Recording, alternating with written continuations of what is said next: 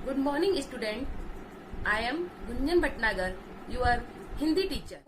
आज हम हिंदी व्याकरण का पाठ भाषा और व्याकरण पढ़ेंगे, जिसके अंतर्गत भाषा क्या है और व्याकरण उसमें किस प्रकार सहायता करती है, इसके बारे में जानकारी प्राप्त करेंगे। चलिए स्टार्ट करते हैं। भाषा क्या है? मनुष्य की बोली ही भाषा कहलाती है। भाषा के द्वारा हम दूसरों की बात सुनते हैं और अपनी बात बोलते हैं। अर्थात दूसरों की बात को सुनना और अपनी बात को बोलना, जो कार्य हम करते हैं वो भाषा के द्वारा ही करते हैं। भाषा का महत्व हमारे लिए इतना है कि जिस प्रकार मछली बिना पानी के जीवित नहीं रह सकती, उसी प्रकार बिना सभ्यता और संस्कृति रूपी मछली के हम नहीं जी सकते। कुछ जंगली जातियां आज भी ऐसी मिलती हैं जिनमें लिखित भाषा का विकास नहीं हुआ है या बहुत कम हुआ है। भाषा के अभाव में उनका सामाजिक विकास भी पिछड़ा हुआ है। भाषा सचमुच विकास की सीढ़ी है। भाषा में ही मनुष्य अपने ज्ञान विज्ञान की धरोहर आने वाली पीढ़ियों के लिए छोड़ जाता है। ये हमने समझा भाषा के बारे में। अब भाषा के कितने रूप होते हैं? तो भाषा के 2 रूप होते हैं। वह है मौखिक भाषा और लिखित भाषा। मौखिक भाषा क्या होती है? मौखिक भाषा मुख से बोली जाने वाली भाषा मौखिक भाषा कहलाती है। आमने सामने की बातचीत या फिर दूरभाष या मोबाइल पर चलने वाली वार्ता मौखिक भाषा के उदाहरण हैं। लिखित भाषा। अब लिखित भाषा क्या है? ज्ञान विज्ञान और अनुभव को सुरक्षित रखने के लिए लिखित भाषा आवश्यक है। पत्रिका, पत्र और पुस्तकों में लिखित भाषा का ही प्रयोग किया जाता है। अर्थात जो हम लिखते हैं वह हमारी लिखित भाषा का ही स्वरूप है। भाषा और लिपियां भारत में कितनी हैं? भारत एक देश है, लेकिन विशालता के कारण इसे उपमहाद्वीप भी कहा जाता है। यहाँ सैकड़ों भाषाएं और अनेक लिपियां पाई जाती हैं। भारतीय संविधान के अंतर्गत इनमें से 22 महत्वपूर्ण समृद्ध भाषाओं को संवैधानिक मान्यता प्राप्त है। उनमें से हिंदी बोलने वालों की संख्या बहुमत में है। इसे उत्तर भारत, बिहार, राजस्थान, मध्य प्रदेश, हिमाचल प्रदेश, दिल्ली, उत्तराखंड, झारखंड, छत्तीसगढ़ और हरियाणा में राजभाषा और मातृभाषा होने का गौरव प्राप्त है। देश के अन्य प्रांतों से भी काम चलाऊ भाषा के रूप में यह समझी जाती है और बोली जाती है। इसलिए हिंदी को भारतीय संविधान सभा में 14 सितंबर 1949 को राजभाषा बनने का गौरव प्रदान किया।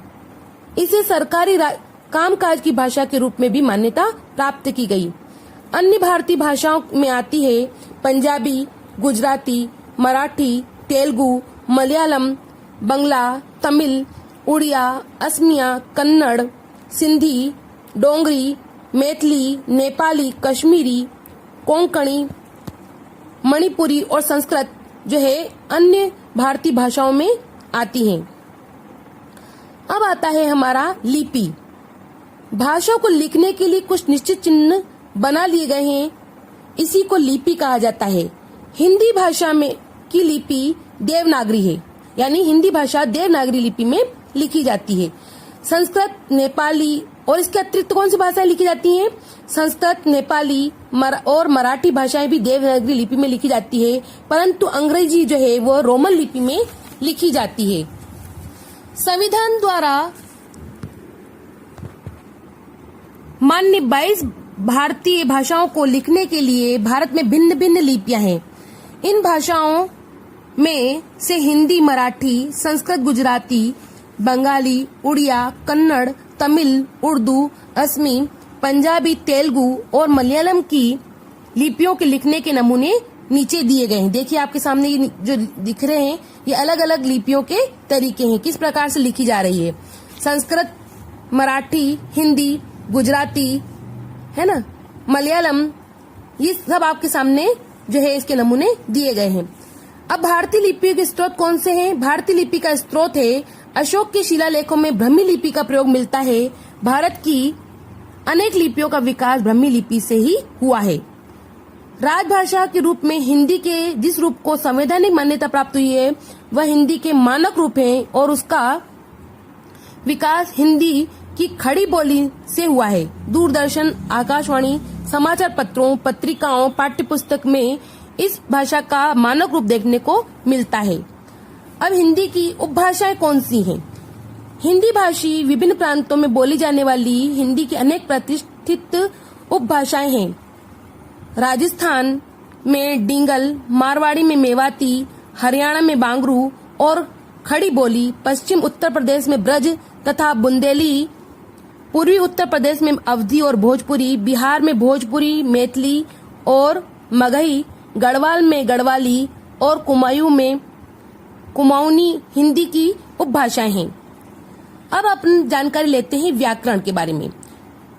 भाषा के साथ व्याकरण का घनिष्ठ संबंध है। व्याकरण भाषा को प्रभावशाली बनाने के लिए भाषा के नियमों को समझाता है। इसे शब्द शास्त्र या शब्द अनुशासन भी कहते हैं।